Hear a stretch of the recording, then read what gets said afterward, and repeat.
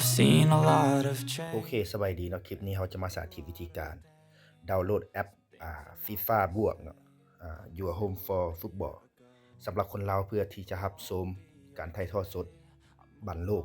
2022ที่กาตาร์เนาะสำหรับคนลาวแม่นฟรีเนาะซึ่งทาง FIFA เพิ่นก็ได้ประกาศแล้วก็แจ้งในFacebook หรือว่าแพลตฟอร์มต่างๆทางออนไลน์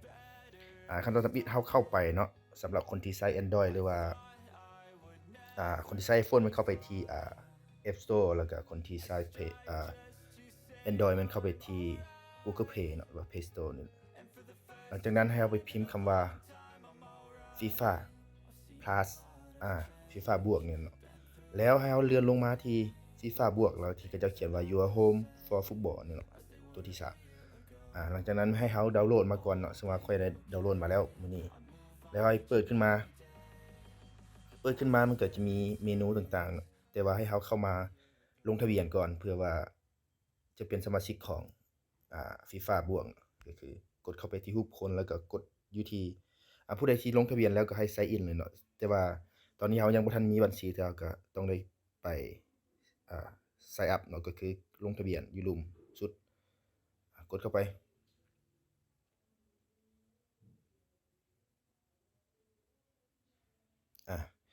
ตัวที่1ให้เราใส่ชื่อเนาะค่อยสิใส่เป็น LGD Studios อีเมลนี่มันเขาจะบอกว่ามันจะเป็น ID ของ FIFA บวกเนาะฉะนั้นน่ะเวลาเราสมัครแล้วเราต้องได้จื่อจดไว้เพื่อว่าเวลาเราเข้าชมอิหยังต่างๆอาจจะได้ใส่เนาะอาจจะได้ใส่ ID ตัวนี้ Some things are not the same as they were a year ago, but all will be okay. I move on each and every day. The past is where it stays. Way back a year ago. นี่ตัวนี้ก็ใส่วันเดือนปีเกิด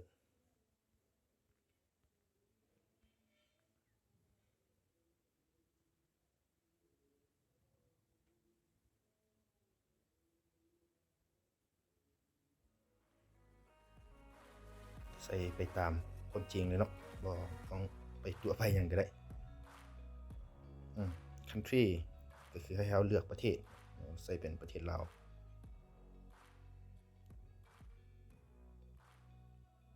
ลาวลาวนี่เป็นจุดแรกใส่ภาษาเนาะภาษาก็สามารถใส่ได้แต่ภาษาอังกฤษภาษาฝรั่งเศสอหยังเราเลือกเป็นตัวที่1เนาะใส่เป็นภาษาอังกฤษเลยแล้วกด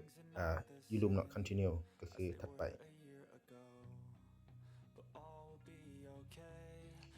โอเคให้เราใส่เนาะให้เราใส่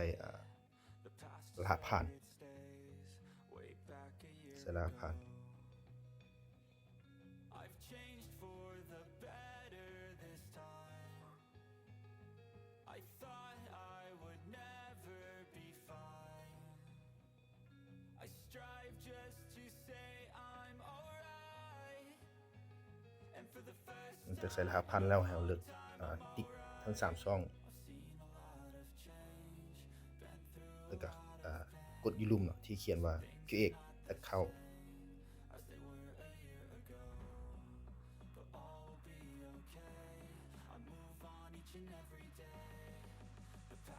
อันนี้ก็จะบอกว่าให้เราเช็คเบิ่ง Gmail ของเรา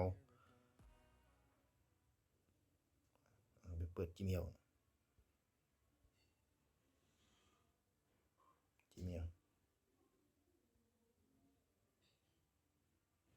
โอเคเปิดขึ้นมาเนาะให้เรา confirm เนาะก็คือการยืนยันว่าเราเป็นผู้ลงทะเบียนบัญชีตัวนี้เราก็กด confirm your email นี่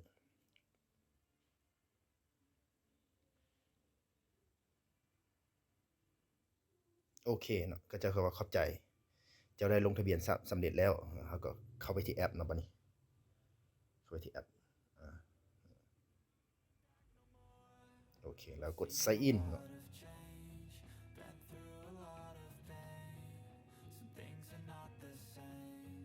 แล้วก็ใส่ Gmail เมื่อกี้ที่เราลงทะเบียนไปแล้วเนาะ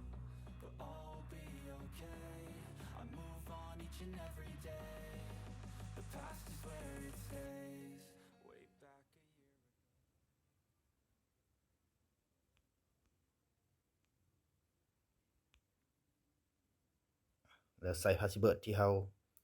ได้ลงทะเบียนเมื่อกี้นี้โอเคแล้วกด sign in เนาะก็คือเข้าสู่ระบบเนาะถ้าเป็นภาษาลาวมันก็บันทึกเพื่อว่าเทื่อหน้าเราเข้าไปก็สิบ่ได้ยุ่งหยังก็กดเข้าไปเลยโอเคตอนนี้ก็เข้ามาได้สำเร็จแล้วเราก็มีแต่รอถ้าโปรแกรมต่างๆที่เขาเจ้าถ่ายทอดสดนะซึ่งจะมีเราสามารถเบิ่งได้หลายอย่างก็คือเบิ่งทีมบ่เนาะก็คือจะเบิ่งทีม